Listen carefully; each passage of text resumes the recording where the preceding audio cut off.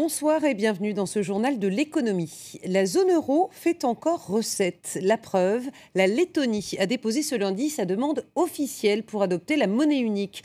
Bruxelles donnera sa réponse dans quelques mois, le temps de vérifier que Riga respecte bien les critères, notamment en matière de dette et de déficit. La Lettonie est donc candidate à l'euro, mais pas les Lettons. Selon un sondage, seuls 8% de la population veut changer de monnaie. L'immense majorité redoute une poussée d'inflation dans le pays, autrement dit donc une augmentation générale des prix. La zone euro qui est réunie en conclave à Bruxelles. Au menu des discussions, Chypre, qui a demandé une aide de 17 milliards d'euros, soit l'équivalent de sa richesse nationale sur un an.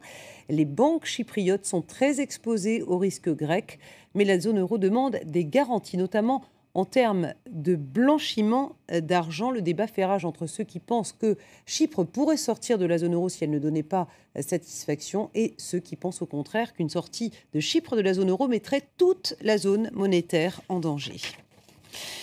La zone euro toujours qui se débat entre rétablissement des comptes publics, on le sait bien, et explosion du chômage. Dernier chiffre en date, l'Espagne, qui compte désormais plus de 5 millions de chômeurs. Ce sont les chiffres de février. C'est 1,19% de plus qu'au mois de janvier et près de 7% de plus que l'année dernière à la même période.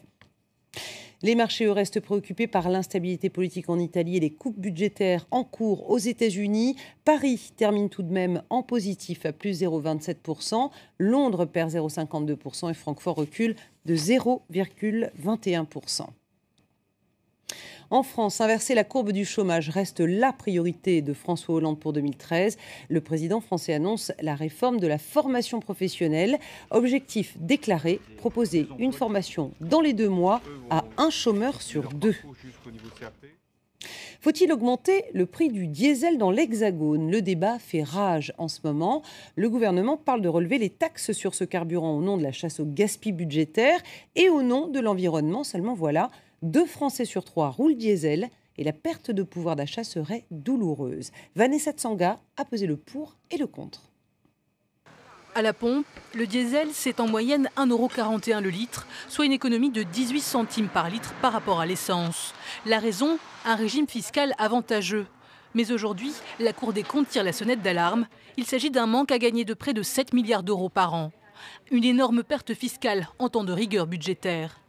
En termes de santé aussi, le gazole est un problème. 42 000 morts par an en France à cause des particules fines dégagées par les moteurs diesel. Pour la ministre de l'écologie, Delphine Batho, il faut en finir avec cette pollution. Sa solution, tout simplement supprimer l'avantage fiscal dédié au gazole. En clair, rééquilibrer la taxe du gazole pour qu'elle atteigne celle de l'essence. Si jamais cette évolution, qui moi me paraît indispensable, est décidée, elle sera progressive pour que les gens aient le temps de pouvoir réorienter leur consommation.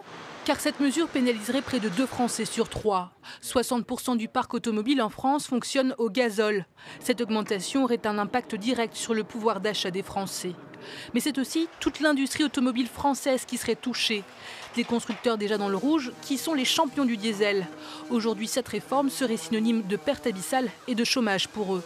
Mais pour Arnaud Montebourg, pas question de toucher à l'industrie automobile française. Lui se tourne vers ce qu'il appelle la prime à la conversion, pour inciter les automobilistes à remplacer leurs véhicules polluants par des voitures propres. Problème, cette prime serait aussi avantageuse pour les constructeurs étrangers. Je ne veux pas qu'elle nourrisse finalement les constructeurs coréens ou de toute autre nationalité qui ne sont pas fabriqués ni sur le sol européen, encore moins sur le sol français. Prime ou taxe, pour le moment rien n'est décidé. Le gouvernement tranchera d'ici à 2014. Du côté des entreprises, c'est à nouveau la grève chez Iberia. La direction veut baisser les salaires et supprimer 3 800 emplois, soit 20% des postes. Du coup, le personnel devrait débrayer 5 jours. La compagnie espagnole a essuyé une perte de 251 millions d'euros l'an dernier. Motif, la concurrence des low cost, du TGV et la perte de pouvoir d'achat liée à la récession en Espagne et en Europe. Au Danemark, le fisc s'apprêterait à frapper fort contre Microsoft. Le géant américain pourrait avoir la bagatelle de 800 millions d'euros d'arriérés d'impôts à payer. En cause, le rachat en 2002 de Navision, une firme danoise créatrice d'un logiciel financier. Microsoft s'était empressé de revendre cette acquisition à prix cassé à une de ses filiales. Une optimisation fiscale, comme on dit, qui violerait en fait la loi danoise. Les amendes et provisions pesaient lourd aussi sur les résultats d'HSBC. En 2012, le géant bancaire britannique a vu ses profits reculer de 16,5%. Ses bénéfices restent quand même de 10,7 milliards d'euros grâce à de bonnes performances en Asie. Pourtant, HSBC a dû verser ou mettre de côté quelques 6,5 milliards d'euros, dont une amende d'1,5 milliard pour complicité de blanchiment. Amende colossale, bénéfices stratosphériques, rémunération à l'avenant. En Suisse, la rémunération des patrons sera désormais mieux contrôlée. Résultat d'un référendum organisé ce dimanche. Une consultation qui inspire les pays européens. Il y a beaucoup de réactions ce lundi. Il faut dire que c'est dans l'air du temps. La semaine dernière, Bruxelles annonçait le plafonnement des bonus, mais dans le seul secteur bancaire. Regardez. La Suisse a ouvert la voie. Désormais, toute l'Union européenne pourrait suivre son initiative. Dimanche, le pays a voté pour l'encadrement des revenus des plus hauts dirigeants de Suisse. Un encadrement que certains en Europe souhaiteraient aussi appliquer. En Allemagne, l'opposition a salué cette décision. Pour elle, Berlin doit s'attaquer aux grosses rémunérations alors que le pays se prépare à de nouvelles législatives. Durant plus de 2 ans, nous avons essayé de sensibiliser l'Allemagne. Pour l'instant, la réaction de Berlin a été insuffisante, mais nous continuons à militer. Paris aussi a salué cette réforme. En juillet dernier, le gouvernement Ayrault avait commencé à s'attaquer au problème, plafonnant les revenus des patrons du secteur public à un maximum de 450 000 euros par an. Excellente expérience démocratique, que les Suisses souvent nous montrent la voie.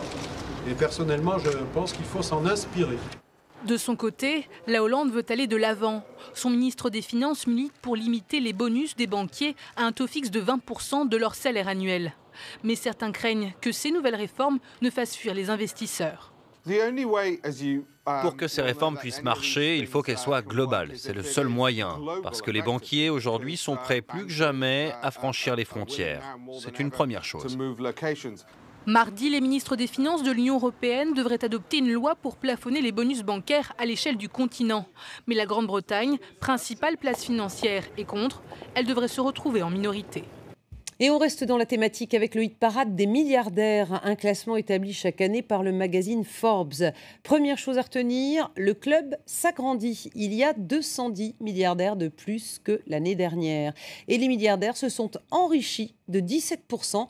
Leurs actifs, en fait, ont pris de la valeur. Sur le podium, le Mexicain Carlos Slim reste en pole position. Derrière le géant des télécoms, on trouve l'éternel Bill Gates. Mais le troisième n'est plus américain, Warren Buffett. Il a été remplacé par l'Espagnol Amancio Ortega, le patron de Zara. La femme la plus riche du monde est au 9e rang général et elle est française. Il s'agit bien sûr de Liliane Bettencourt, la propriétaire de L'Oréal.